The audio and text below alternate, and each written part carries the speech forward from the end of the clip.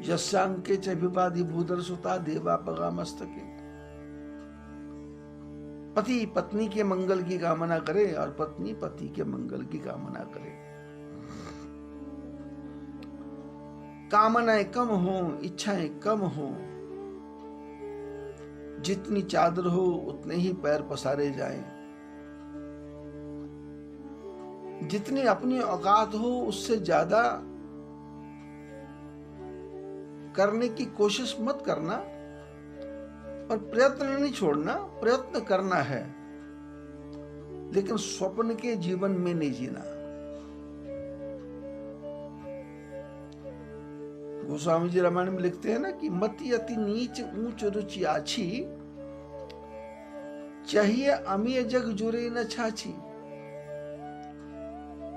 बोले बुद्धि तो मेरी छोटी है, मति अति नीच ऊंच रुचि आछी, बुद्धि तो नीच है पर इच्छा बहुत ऊंची है। इच्छा तो है कि अमृत मिल जाए, चाहिए अमी है, इच्छा तो अमृत मिल जाए, पर जग जग जुरे न छाछी, जगत में छाछ भी जुड़ती नहीं है। बोले हालत क्या है? बोले उद बाहुरिव बामनः। बोले छोटा 1.5 फुटिया आदमी, बामन आदमी, बौना आदमी हाथ उठा करके आकाश को पकड़ना चाहता है। जिमी पिपील का सागर था, महामंदमती कारण चाहा। बोले जैसे चूंटी समुद्र की गहराई को नापना चाहती है, ऐसे ही हमारा मन समुद्र की गहराइयों को नापना चाहता है। ये ठाकुर जी का जो संसार है, ये क्या है? समुद्र है, अपार समुद्र है। इसकी गहराई को नापना नहीं, इसमें रह करके जीवन को शाश्वत ढंग से जीना है। इरिटेट होके नहीं, घबरा के नहीं, छटपटा के नहीं, टेंशन में नहीं, आंख खोल के जाग के मैं दुनिया को संवार दूंगा, मैं दुनिया को सुधार दूंगा, मैं दुनिया में क्रांति कर दूंगा, मैं दुनिया में विस्फोट कर दूंगा, इन सब बातों की तरफ ध्यान देना नहीं।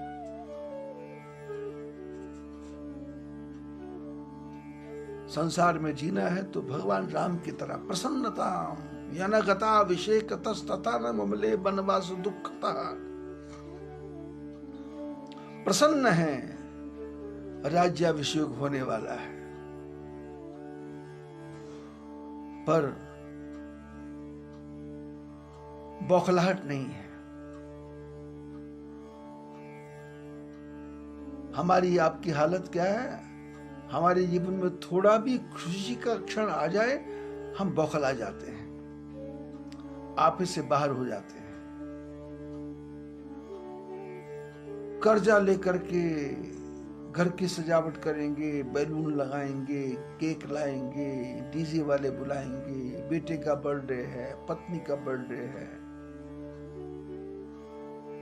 शादी का सालगिरह है। पूरे साल पति पत्नी लड़ते रहे, पर पड़ोसियों को दिखाने के लिए शादी का सालगिरह है। शादी के 25वें साल है। अब यदि कोई पूछे 25 साल में कितने दिन प्यार से रहे, तो बोले 25 साल में से 24 साल तो एक दूसरे से बात ही नहीं की, मुंह फुला के बैठे रहे।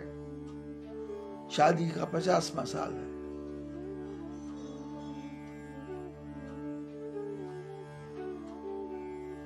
मन के कोने में कभी ना कभी आता रहा, इससे शादी ना करता तो ठीक था, इससे शादी ना करती तो ठीक थी, इससे बढ़िया वाला मिल रहा था ना, इससे बढ़िया वाली मिल नहीं था।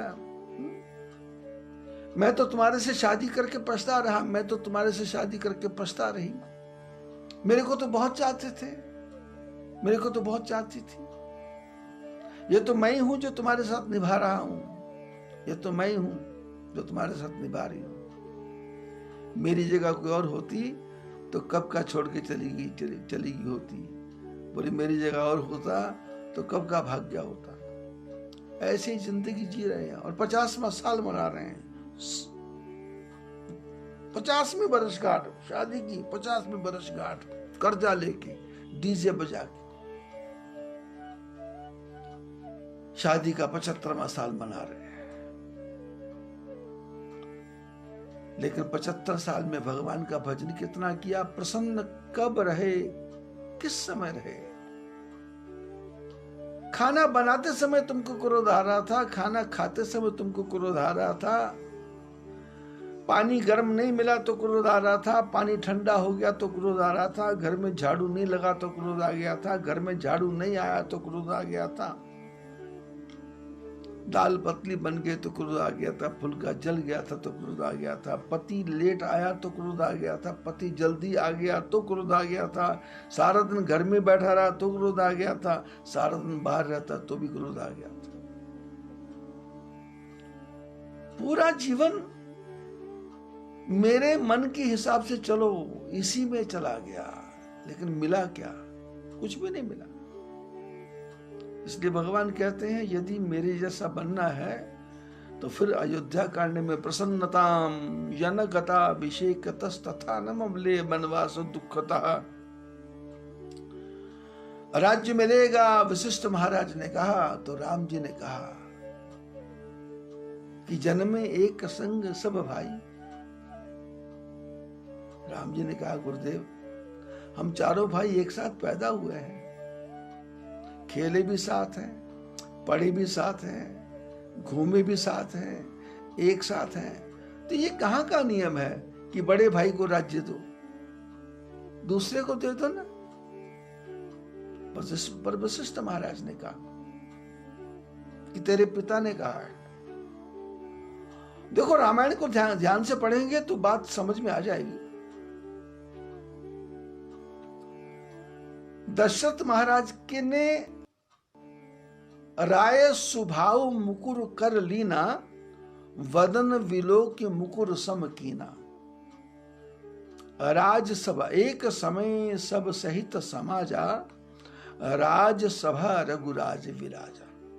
एक समय सारे मंत्रियों के साथ में राजा दशरथ राज्यसभा में बैठे हुए थे। एक समय सब सहित समाजा, राजसभा रघुराज विराजा। पूरी सभा के साथ में राजा दशरथ सभा में बैठे हुए थे। राय सुभाय मुकुर मनली कर लीना। तो किसी मंत्री ने कहा कि महाराज आपका ये मुकुट थोड़ा टेढ़ा लग रहा है,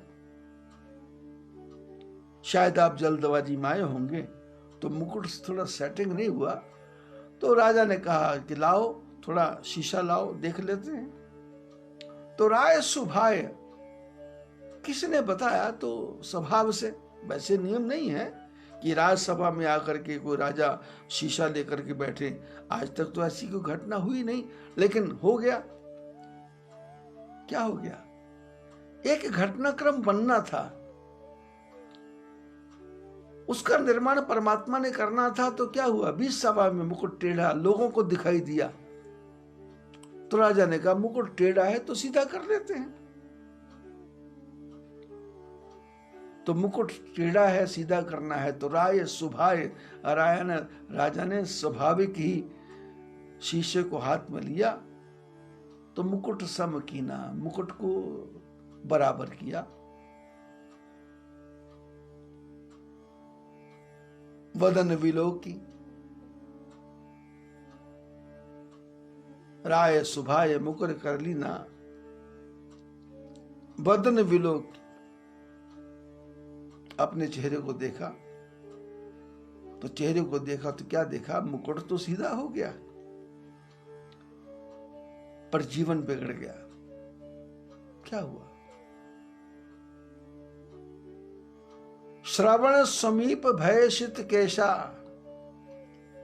बीच सभा में राजा को दिखाई दिया कि मेरे कान के पास के केश तो सफेद हो गए। ये आज ही दिखाई दिया? नहीं, पहले भी दिखाई देता था, पर आज सभा के बीच में बैठे हैं तो सभा के बीच में दिखा, तो सबके बीच में जो दिखे वही ठीक होता है। श्रवण समीप भयो शित केशा, मनहु जरठपन अस उपदेशा। राजा दशरथ को लगा कि मेरा बुढ़ापा आ गया, ऐसे मेरे श्वेत केश मेरे को उपदेश दे रहे हैं। ये घटना पहले भी हो चुकी है। दशरथ के पुत्र नहीं हुआ,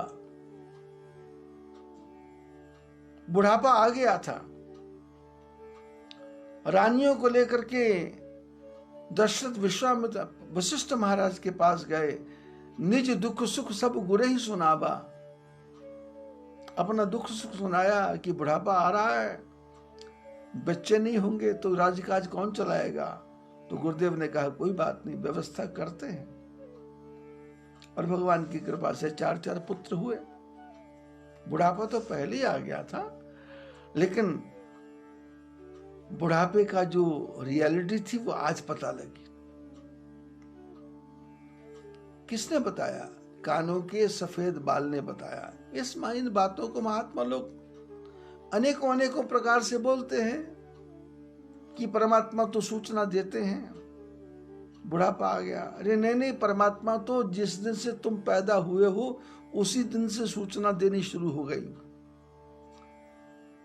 दांत टूटे ये सूचना नहीं है, आंखों के बाल सफेद हो गए ये सूचना नहीं है, मोतियाबिंद हो गया ये सूचना नहीं है, कानों से कम सुनना हुआ ये सूचना नहीं है, सिर कांपने लग गया ये सूचना नहीं है, गर्दन हिलने लग गई ये सूचना नहीं है, चेहरे पे झुर्रियां पड़ गई ये सूचना नहीं है।